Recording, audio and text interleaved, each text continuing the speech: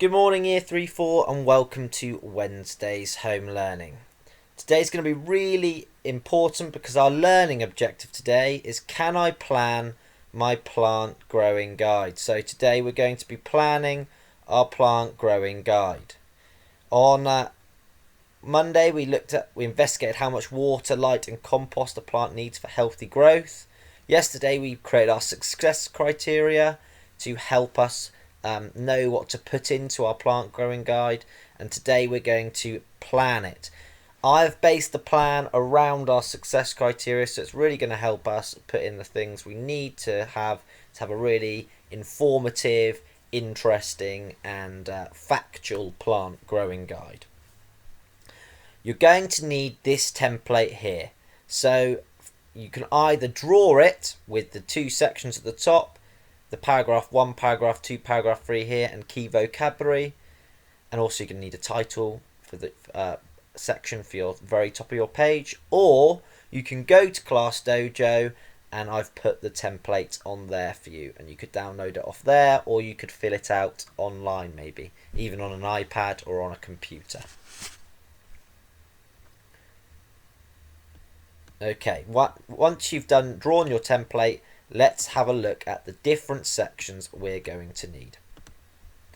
Okay, the top section, the first thing you need to do is come up with your title. Your title needs to explain that what you're writing about is a plant growing guide, and it might be catchy, it might be funny, it might be interesting, but you obviously are in charge of naming your plant growing guide. For example, my title is How to Grow Healthy Plants.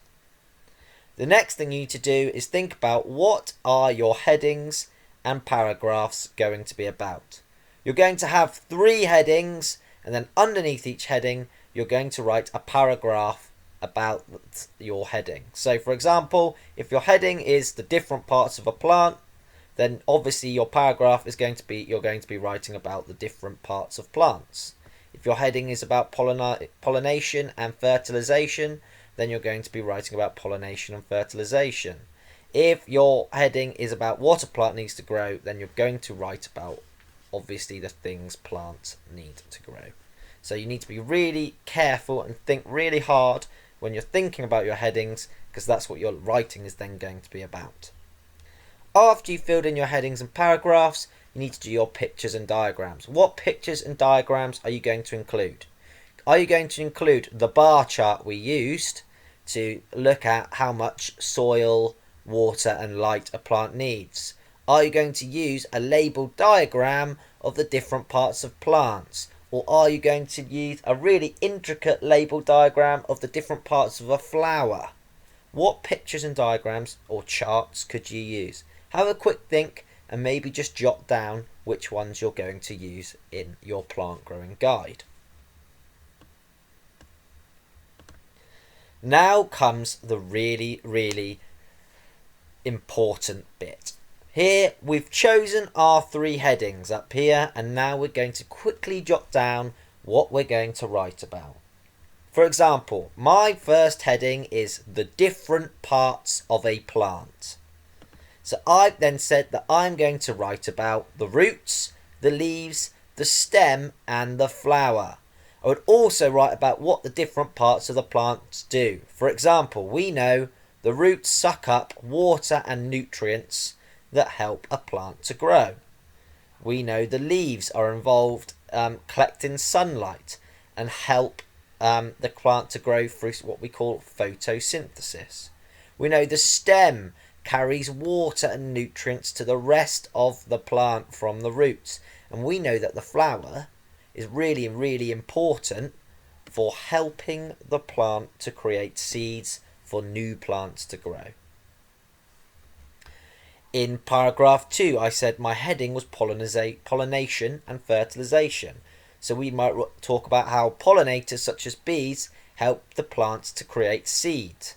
When the male and female plants come into contact, they create fertile seed which allows new plants to grow when the seeds are dispersed.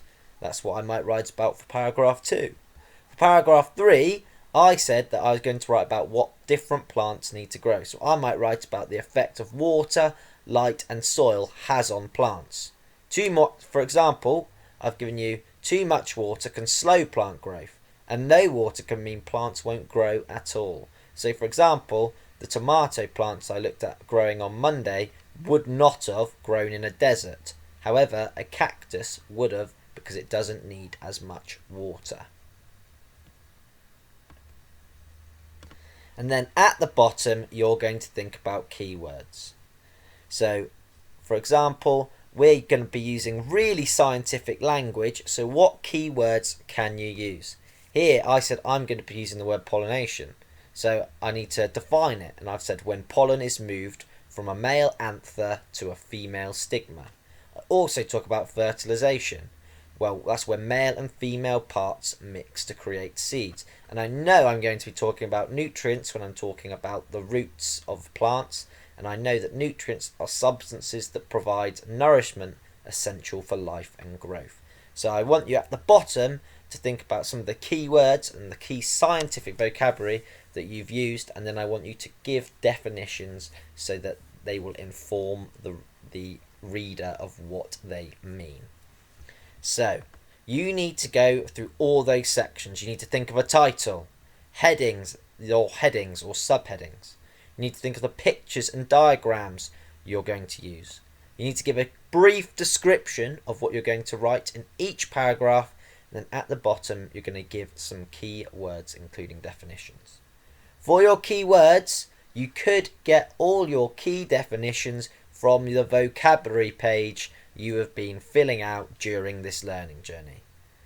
You can get all your pictures and diagrams from different pictures and diagrams you have completed during your time as scientists throughout the learning journey.